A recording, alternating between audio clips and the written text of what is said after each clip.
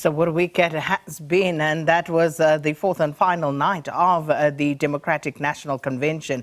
Now, the curtain closed on that convention in the United States, and in the past few days, prominent speakers have thrown their weight behind Democratic Kamala Harris and running mate Tim Walz. But of course, let's bring in now our guests to help us unpack all of this and what it means for the November election. And we're joined here in studio by SABC News politics editor Sophie, not politics, international editor Sophie Mokoena. And of course, joining us from New York is our United States correspondent, Sherwin Bryce-Pease. Sophie, Sherwin, thanks for coming through. So this has quite been a week, and of course some very interesting perspectives coming through. We saw Kamala Harris teaching us how to say her name first and foremost. That came out. There was also Kamala Harris with a message for Americans who did not share her views, Sherwin, the issue of gun violence and how that impacts Americans, that was foregrounded, as was so many other issues. But let me get your perspectives first and foremost. Let me start with you, Sophie, and then Sherwin.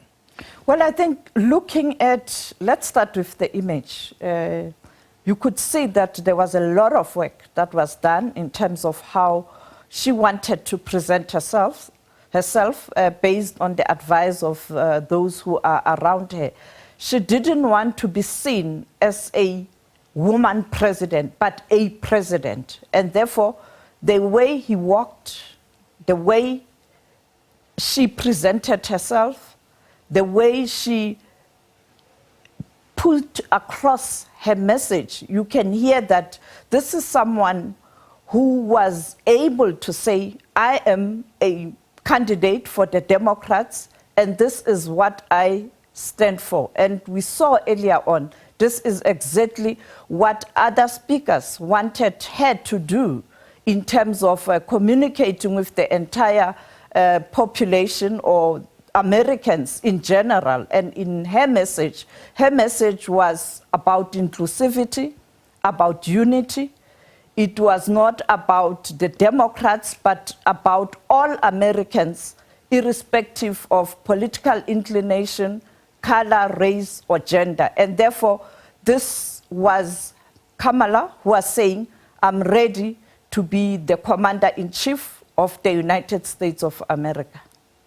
And Sherwin, how do you think she did? Do you think that most Americans would have been swayed by her? I mean, just to sort of recap my first takeaways here, I think the elephant in the room is the femininity of this moment, right? And I think what we didn't see from Kamala Harris is her lean into this historic moment of her becoming the first woman, possibly of Black and South Asian descent, and possibly the first woman to become president of the United States. We didn't hear much about that from her speech here, even though a number of people in the room in the United Center in downtown Chicago were wearing white, representing the suffrage, the historic nature of the women's struggle for the vote, and many other things, including reproductive rights in the United States, which is a fight that still happens today. This was a very serious Kamala Harris. This was a very serious policy speech about her in an effort to introduce herself to those voters that Oprah Winfrey referred to the other day, the undecideds and the independents, people that perhaps are curious to know more before they make a final decision, people that essentially, Sakina, in many elections determine the outcome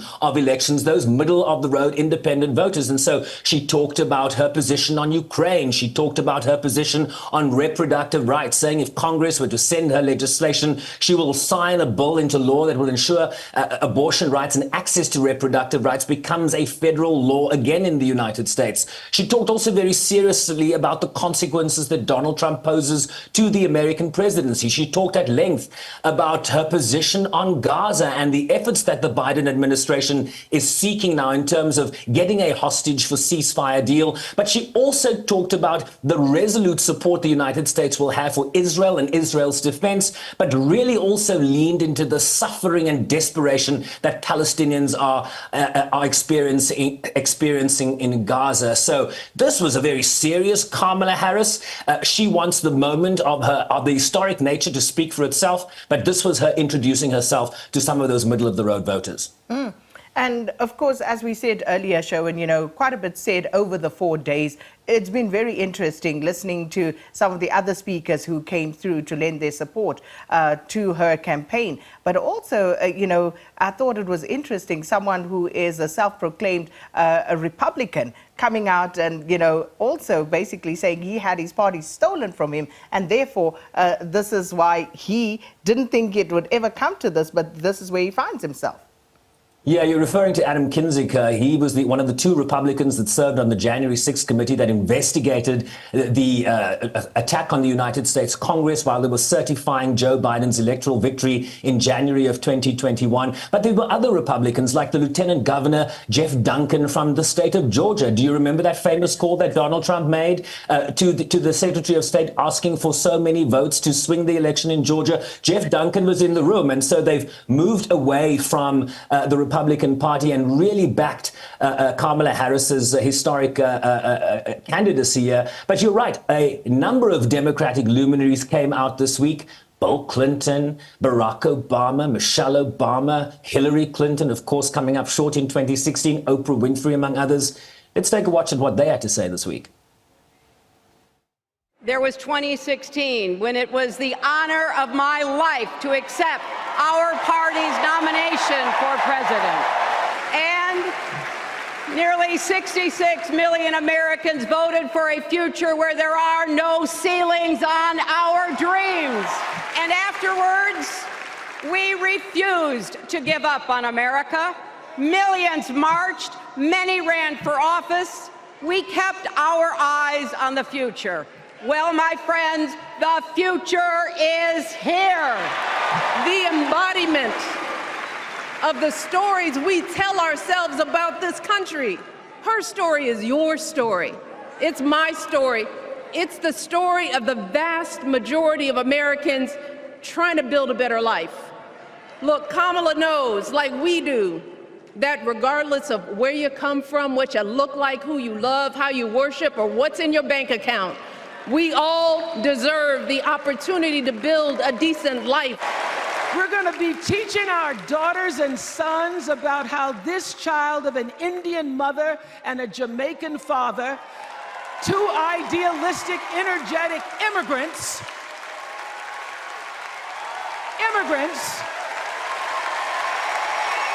how this child grew up to become the 47th President of the United States. Let us choose freedom. Why? Because that's the best of America. We're all Americans, and together, let's all choose Kamala Harris.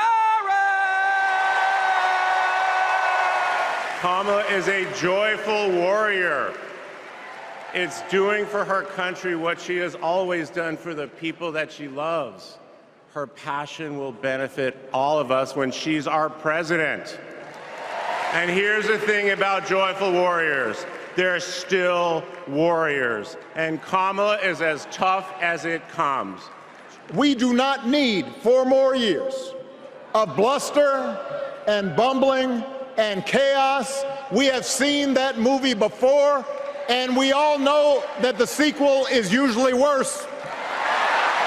America's ready for a new chapter. America's ready for a better story. We are ready for a President Kamala Harris. Well, certainly very strong there, Sophie. Again, just honing into some of those speakers had to say. Your take on that? Well, when you look at all those people, quite clearly a strong message that this is a candidate who is going to win us elections. Even though Barack Obama did warn that they shouldn't be too confident. You'd recall in 2016 what happened to Hillary Clinton. And I think we were there, myself and Sherwin, many people on the ground, particularly in New York, they were confident that Hillary Clinton was going to win elections. I remember even the then ED of the UN Women, Dr. Phumzile Mlambo-Ngcuka, they were almost preparing for a celebration, but there was a disappointment. Yes, that confidence, but they must remember this is going to be a very tight race. And therefore, Barack Obama saying that let's go out there and work and get the votes. Because those who are cheering in the convention, clearly these are people who are supporting her. And therefore, the critical question is, how do you work the ground? How do you knock at the door? How do you make those telephone calls to ensure that you have the numbers and not a popular vote? We saw Hillary Clinton getting a popular vote. That can be misleading. How do you ensure that you get the Electoral College vote, all those votes, so that you can be declared a winner? I think, Shawan, you can also talk about that. You were there when we watched Hillary Clinton losing that election at that time. Yeah, to that point, Sophie, I think women have learned a lesson from that 2016 disappointment. You're right. Many women had parties in the ready to celebrate the historic nature of Hillary Clinton's ascendancy to the White House, which never happened. And so she really was talking about how women got back, got up the next day and had to take to the ground and kept protesting and kept working and kept organizing. And that future, she said earlier this week, had now arrived. And Sophie is absolutely correct when she points to what happens next, right? What Obama was talking about. Parties are suspended until after the election now. Now the work really begins. What the delegates, these 5,000 plus delegates that gathered in Chicago this week have to do is go back to their districts, go back to their states, go back to their counties and continue the work. This was inspirational. This was lovely. It looked great on TV. You had a couple of celebrities. Wonderful. Now the work begins. There's a debate to prepare for between Donald Trump and Kamala Harris in September. Tim Walz will be facing the Republican vice presidential nominee, J.D. Vance, in October. Those are debates that are going to be used to convince those middle of the ground people. They are going to be visiting the swing states, Sakina. The swing states are going to be central to winning that electoral college. Arizona, Wisconsin, places like Georgia, places like Pennsylvania, Michigan. You're not going to hear about New York. You're not going to hear about Texas or California. The swing states is where this game is going to go to next. And so the next 74 days are going to be about who's got the best ground game, who's going to the rural areas, who's picking up the phone, who's getting the most financing to run this election. Lots of work still to be done after the celebrations we saw in Chicago this week. And to that point, Sherwin, with regard to the battleground states, if you look at what happened to Hillary Clinton and with her losing some of those battleground states, how important will the vice president be in Kamala's effort to actually make headways in those states?